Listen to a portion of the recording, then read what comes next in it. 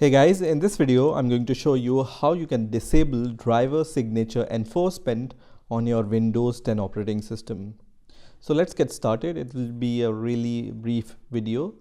So here just click on your Windows icon here and then click on this power icon, and you need to restart your computer, but first you need to press shift key before pressing restart. Okay, so press shift key, at the same time click on restart button. And now you can see this menu here. So you will be able to see this menu when you press the shift key and then click on the restart button on your Windows 10 operating system. Now in this menu you need to choose this option which says Troubleshoot, and then choose this option which says advanced options, and here you will be able to see so many options. What we need to do is we need to click on this option which says startup settings. So I'm going to just click on this option, and then you will be able to see this window.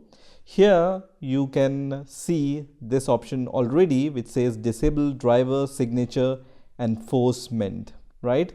So if you click on the restart button here, you will be able to see the next menu. So I will click on the restart button, and now I can see this option here which says press a number to choose from the options below, and also it says use number keys or function keys F1 to F9.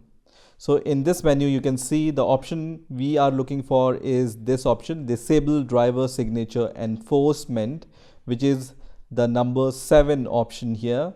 So because it's number 7 and it appears on my computer at number 7, so most probably you need to press F7 in order to disable driver signature enforcement on your Windows 10 operating system. So let me press F7 here, and it's going to restart your computer, and once you do that your computer will restart and you will see this login window, and you just need to log in with your password again, and then you have successfully disabled the driver signature enforcement on your Windows 10 operating system. So this is how you can disable driver signature enforcement on your Windows 10 operating system.